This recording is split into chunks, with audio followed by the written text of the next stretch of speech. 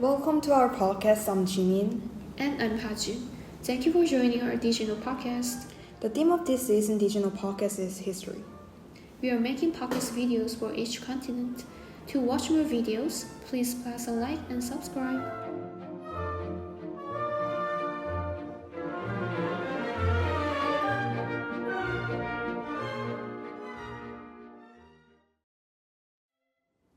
Haji, have you heard of the Married Empress? It's one of the top novels on Naver. I've heard about it, but I didn't read it. Oh really? There's even a webtoon that came out based on plotline. Was there some romance story about a prince and a queen? Wasn't she about to break up with her husband? Yeah, I asked because the historical figure we're gonna talk about today is just like a queen in the history, Eleanor of Aquitaine. Wow, Eleanor of Aquitaine? I knew that she had been a queen of both France and England. I wondered how that could be possible. It's not common, right? Right, but actually there's actual reason why she was able to marry two different kings, something that was really rare at the time. And not just back then, it's still rare even today. Oh, really? What was it? Was she like super pretty? Like charming enough to win over two kings? I mean, that makes sense maybe, but I think the main factor was about her descent. Oh yeah. She was a noblewoman in the dukedom of Aquitaine. Also, her father had no son, which means she was the one who would inherit the dukedom of Aquitaine. And the dukedom of Aquitaine was richest territory in France. So that's why King Louis had made arrangement for his son, Louis VII, to marry her. If they had a son, the French royal family would expand their power. Oh, also FYI, Eleanor's father had died early, so she was under King Louis' care at the time. Considering that dukedom of Aquitaine was bigger than French royal domain, she was a walking lottery ticket for a nobleman. Rich girls are charming too.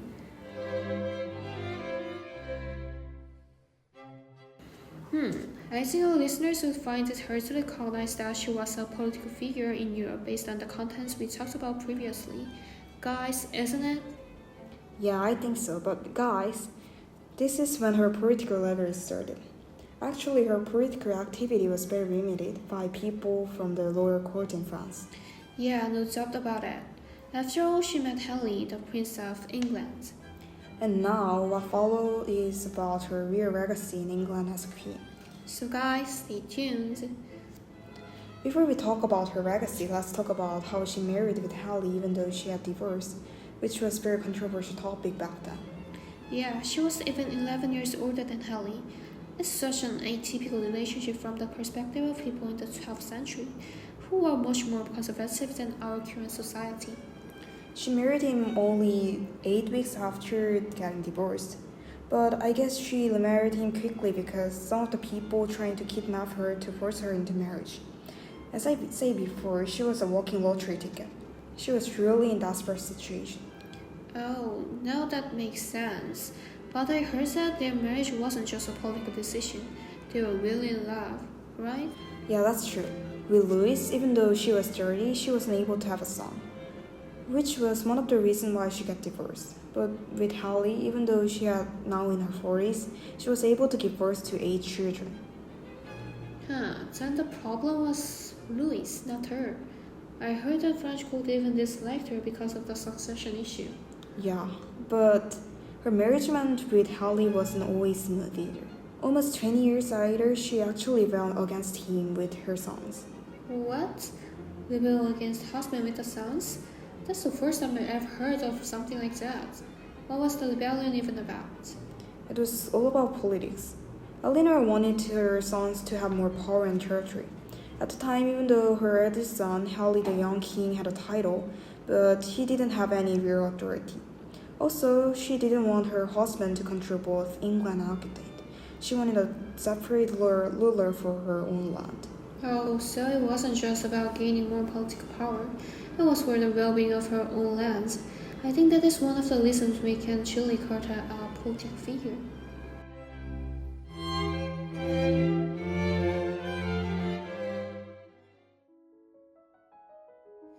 Because she was just a mother and wife of kings, Eleanor didn't directly rule Europe. But how could she have had such massive leverage? She is well known as the Queen of France and England, as was her major countries in Europe all time. So she was an unofficial ruler, but you will know that she was an actual ruler of France, kind of a puppet master. And you said before that she was just a mother and wife, but you know what? She used that position. She deeply influenced her sons and daughters. You're right. Yeah, she was essentially vicariously living out her own political ambitions through her sons and also building a Javan empire power through her daughter's marriage. So, some people are still arguing that her children are no more than pawns in her grand rebellion strategy. That's controversial stance. Let's get more into it. So then, let's talk about them, the 10 children, 8 between Hallie and 2 daughters between Louis. First, let's look at her sons, Richard and Joan, not just as kings, but as part of Eleanor's political legacy. Yeah, Richard was major heir presumptive of Hallie, since the previous 2 sons had died. Wait, but this time King Henry was like, give up Aquitaine if you want to be an heir, to Richard, because he didn't want Richard to have too much power. Since the eldest son usually received all the authority. Yeah, so for him to become both king and duke, it's very unfair to the other family members. But Richard was like, nah, I want to do both, and he didn't want to give the power to his brother John either, because John was truly untrustworthy. So Hallie brought his mom, Queen Eleanor, back, who had been imprisoned after a rebellion, so just he could hand Aquitaine back to her instead of being forced to give it to John. John got ignored again. Military treatment. And after Richard became a king of England, Eleanor still wasn't able to have control over her son until her husband Hallie died soon after. Only after that was she able to use her obedience on Richard like a puppet control the country. Yeah, and to add, Richard's first act as king was to send word across the channel that his mother was to be freed from her previous reputation and that she should be treated as acting on his behalf in all things, kinda like a co-king. And you know what? Richard hadn't even shown up in England yet for his coronation. And he just loved everything to his mom. Like, Eleanor was literally in charge of whole kingdom while he was still in France. She took loyalty oaths from nobles, made loyal decisions, and even signed stuff like Eleanor, Queen of England. She was totally back in business. Wow, he's, a typical mama's boy. Yeah, but actually the lizard was pretty good. She helped to grow the culture and literature in both England and France. I think because of these events, Eleanor was able to remain as a more remarkable political leader than her son, Richard, who was supposed to be the ultimate king of England. Yeah, actually, many people know her as the mother and the wife of kings in 12th century, but she was actually already a powerful inheritance of Aquitaine, a fertile and important territory now in France. She wasn't hesitant nor reluctant about her actions.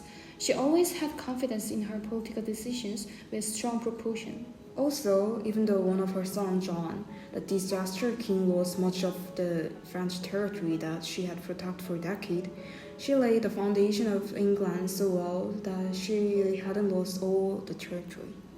Because she carefully handled and made smart political deals, England kept control of Aquitaine and other lands in France. So England became a kingdom that ruled both sides of the English Channel. Amazing woman.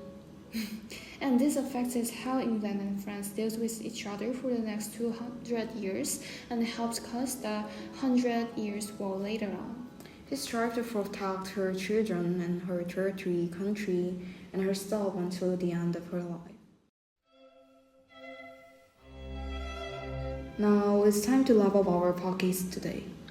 Time flies so fast even though we couldn't talk about all of her.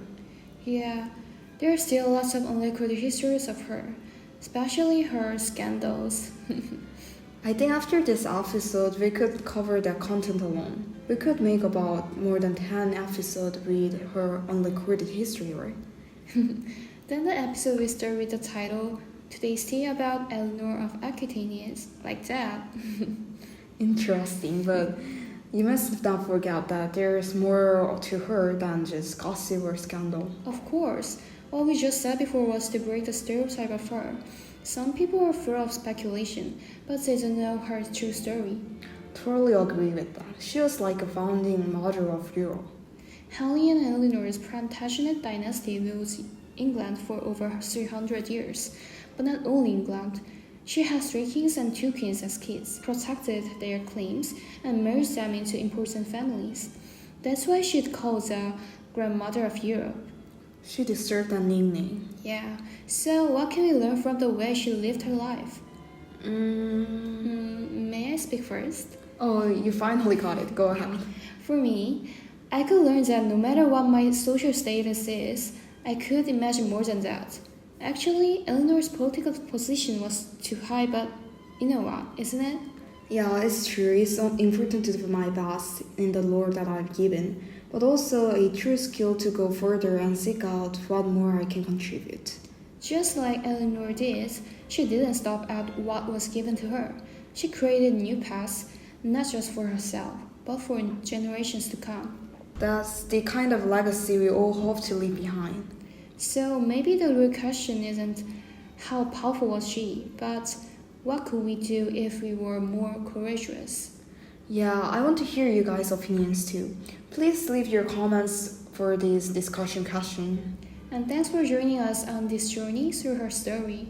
We'll be back with another interesting episode. Until then, Stay curious. Bye bye.